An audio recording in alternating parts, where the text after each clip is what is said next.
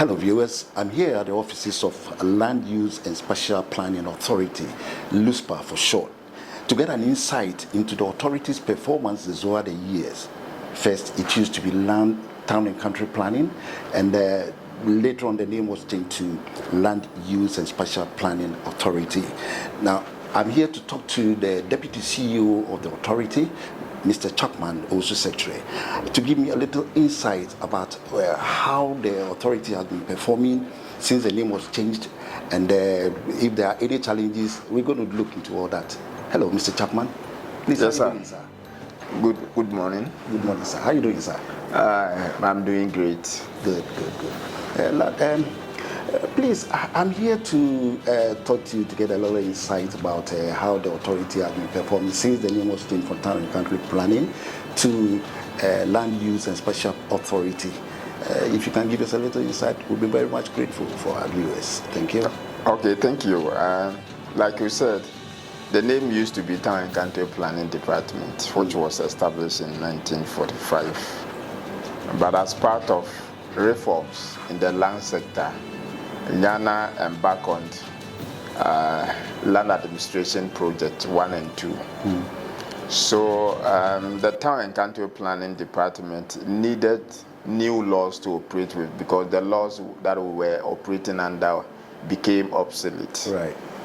So a new law was prepared, and at that time, because it was not approved, it was a bill which was sent to Cabinet for Cabinet approval before it went to Parliament.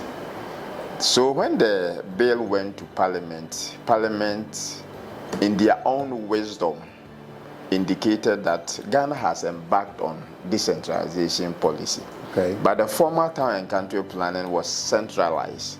Right. We were sitting in Accra here at the head office, controlling our offices at the districts, which was not in line with the decentralization policy. Okay. So that was an opportunity to decouple our district offices from the head office, so that they will be part of the district assembly, and they will report to the assemblies. Okay. Then those of us at the head office will now become an authority to regulate land use planning. But the actual land use planning will be done at the district level. Okay. So in case you are a developer, you go to the district for a service and you are not satisfied, then it gives you some appellate system where you can appeal, and finally it will come to authority for investigation to be done and for the right thing to also be done. Right. So now we are authority, but here we don't process building permits. Okay. That responsibility is with the district assembly. Now lies on the district assembly. Yes. Okay. Yes. That's fine. That's fine. Yes. So how far has it been going on? I mean, are you seeing good results by this decentralization policy? Yes, it's good, but we're also facing some teething problems. Right. Because it's a new authority and everything had to be prepared, like starting a whole organization. So as we are speaking now, even the condition of service of the authority has not been approved. Wow. And that is something that is demotivating staff. So we've had a number of people living there. So how long has it been the authority? How many years? The law was passed in 2016. Oh, quite a long. 2016, but the actual migration to the authority took place in 2022 or so. Okay, that's fine. Okay, so I've got some few questions here to ask you, if I can get some nice answers. Is there an online platform for checking whether land use conforms with approved zoning regulations?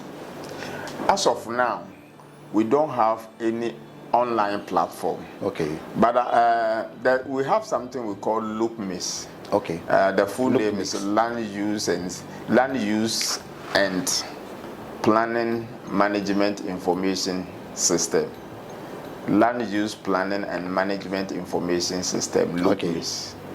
LookMIS. It's a digital platform That was developed under the Land Administration Project in 2008. Okay.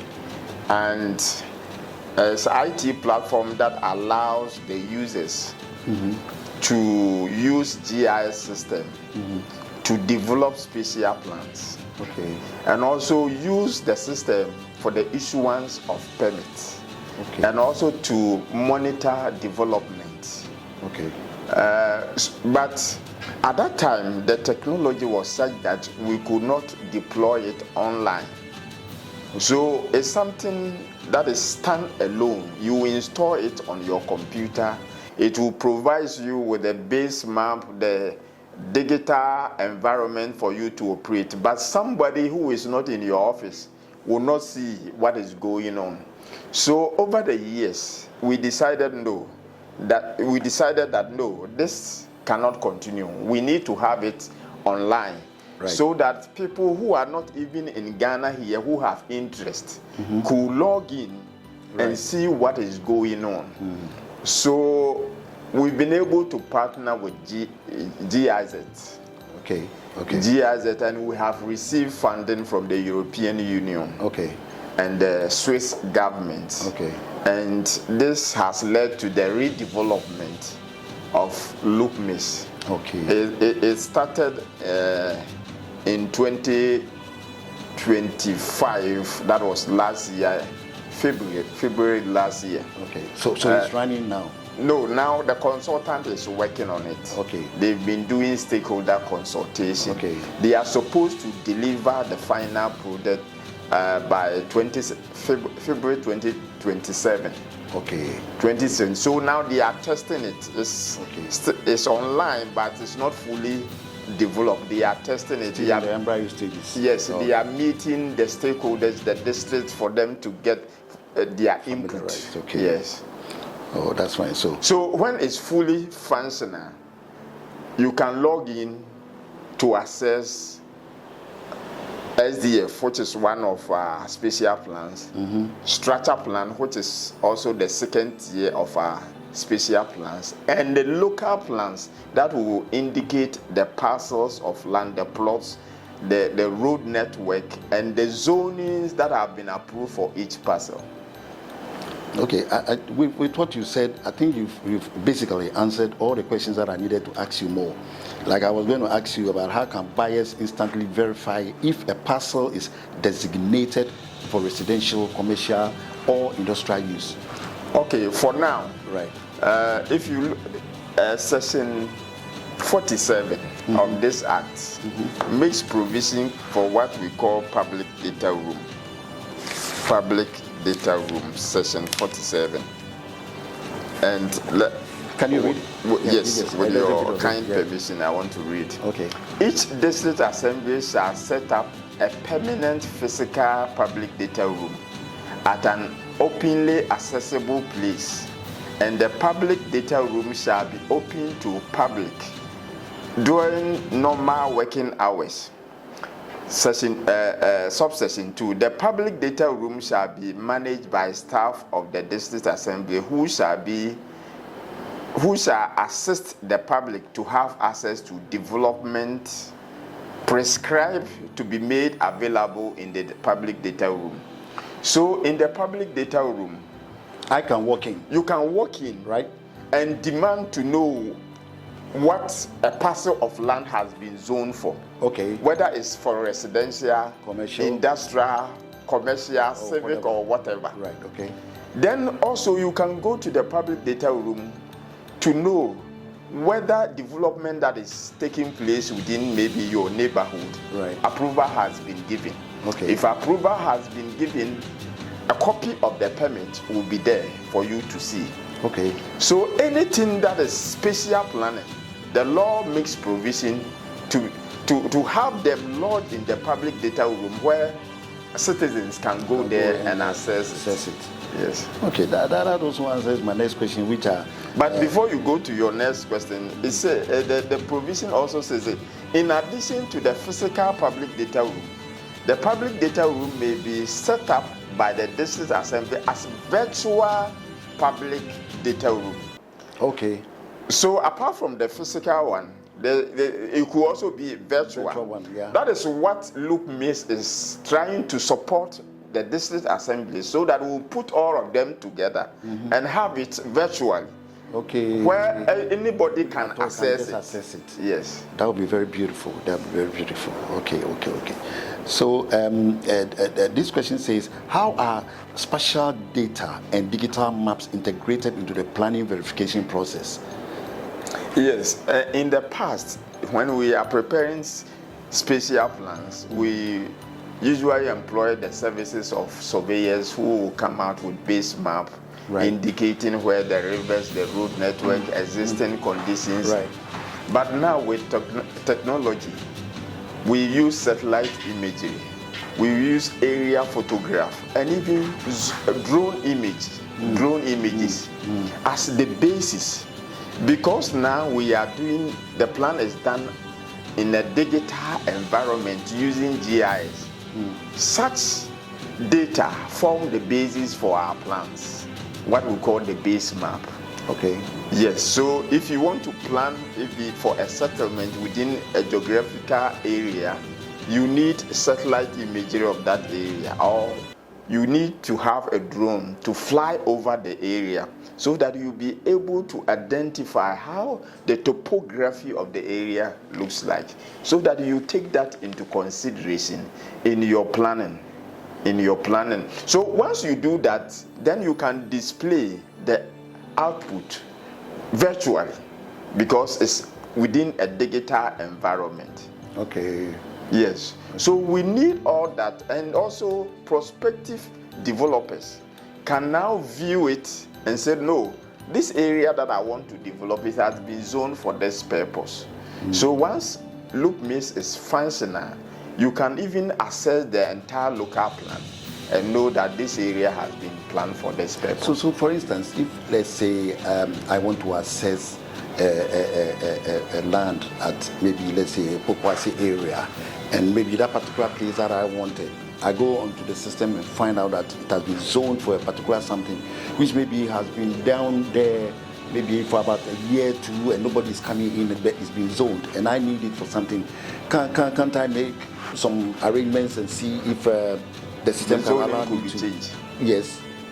Yes, that is what we call rezoning. Rezoning is something that is permissible by our laws. Okay. But the only thing is that if it's zoned for public user area, the law says that it's only Parliament that can change it. Okay. When I say public user area, it could be children's playground.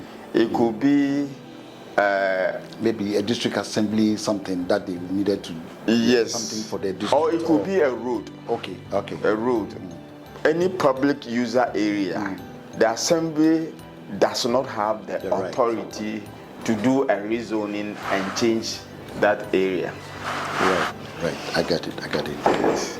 But with maybe from something from residential to maybe civic and culture for the development of office, that could you have to apply to the district assembly, and your application will go to the spatial planning committee of the assembly. Okay. They will also give it to their technical committee. The technical committee will study it and make a recommendation to the spatial planning committee, and at their meeting it will discuss.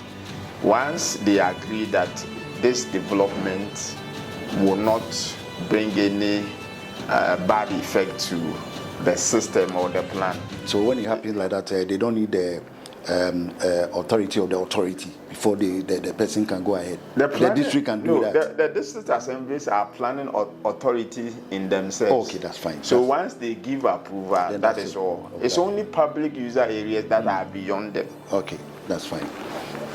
Okay, sir. So what partnerships exist between Luspa and other agencies to harmonize land verification tools? Yes, we have partnership with all the land sector agencies, especially Land Commission. Okay. Because if you apply to us for planning permit or to the district assembly, they will have to first of all know whether you are the rightful owner. of the land. Okay. And land commission provides us with the information as to whether there's a lease on the land, there's a title to the land. So that is why you go to Lands Commission for a search. But when Luspa is fully developed, it will be integrated into the Lands Commission system.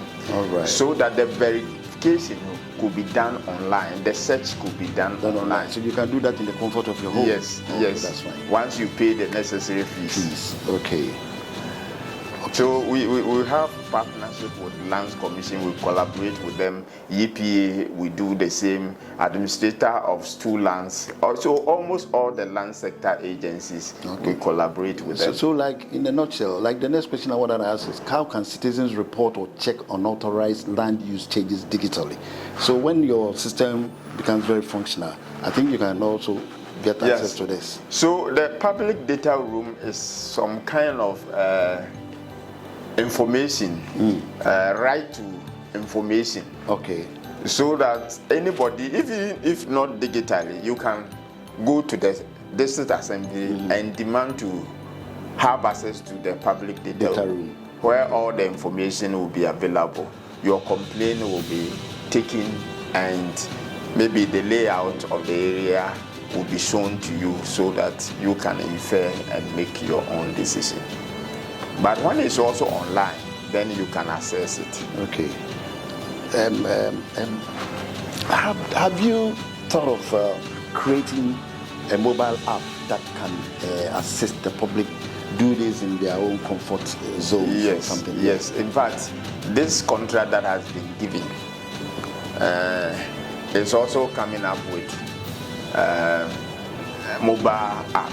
Okay. Which could be downloaded on your phone, and you can apply it. Even the current standalone system, because the law says that when you apply for permit, it shouldn't exceed 30 working days. Okay. So at every stage, when your application moves from one stage to another, a text message is sent to you so that you know that now my application has moved from this So can stage. you monitor your progress? Yes, you can monitor your. Currently, it's done. But once we have the mobile application, that could be deepened. Yeah, that's great. That's great. So how is Luspa improving public awareness of zoning compliance through technology? How are you doing that now? So we prepared 3 types of plans.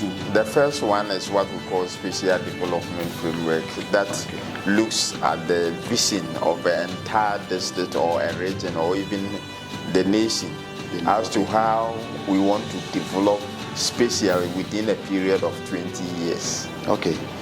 But once that is done, the next level is what we call the structure plan, which is the broad land use zones. It apportions the district into various zones. That this is a residential zone where dwelling units are permitted to be developed. This is educational zone where educational facilities are developed. This is industrial zone. So once So excuse me, do you take into considerations maybe risk areas to say, okay, this is suitable for commercial, this is suitable for residential? You look at the risk yes, we've done all that. Okay. The land carrying capacity. Okay. We do that to know that this area is suitable for this purpose. So once all those things are done, then we come out with a structure plan, which will give you the broad land use zone.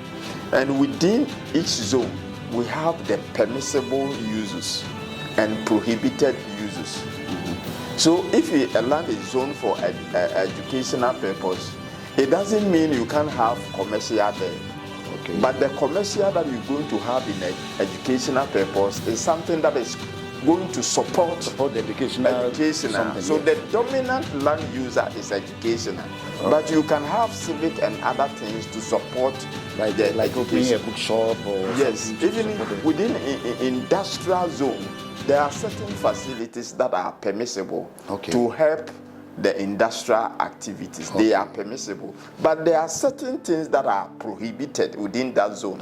For example, educational zone. You can't have big industries operating within educational zone. You can't have cemetery within educational zone. Right. So those ones are prohibited. So within each zone, you have the permissible uses and the prohibited uses. Okay. And once LookMIS is fully deployed, all these plans will also be in there for citizens to view, to know that, oh, this area that I'm going to develop is zoned for this purpose, and within this zone, these are permissible land use. So I can these go for it, or yes. I may not go for it. Yes. This is wonderful. If these things are done fully, it will be very useful for the public to assess. Okay, for my final questions, Mr. Chapman, what future innovations are being introduced to make land use data more transparent and citizen-friendly? Like I was telling you, LookMIS is something that we have operated over the years, and now we've come to that conclusion that everything must be online, so that even in the remotest part of Ghana, where we have physical planning office in the district assemblies, they can log in, get spatial data like satellite imagery, like drone imageries for planning. They can also use the tools. This time round, they are not going to use the T-square, the tables, and all those things to draw their plans, but they use the computer, because with a computer and access to LookMIS, they have the tools to plan. Okay. Then also, they will be able to issue permits within the stipulated time, because they can have virtual meetings with the Spatial Planning Committee members for them to look at the applications. So they may not even, it may not be necessary for them to be there physically, but with this platform, they will be able to have their meetings regularly. And also, the plans will not be at the, excuse me to say, the armpit of the planning officers. Okay. But it's a public document that will be open to all, and people can access it online to know what has been approved for that purpose. That's right. And even if I put in my application, I will know all the stages that is moving from this place to this place, and when it's approved, I will know, so that I can go for my permit, pay the necessary fees. Oh, yes. Then we are all praying that this project will go through quickly, so that 2027 we can start assessing June 2027. June 2027 we can start assessing. Everything is supposed Wonderful. to be delivered. Well, thank you so much, Mr. Chapman, for your time. You're welcome.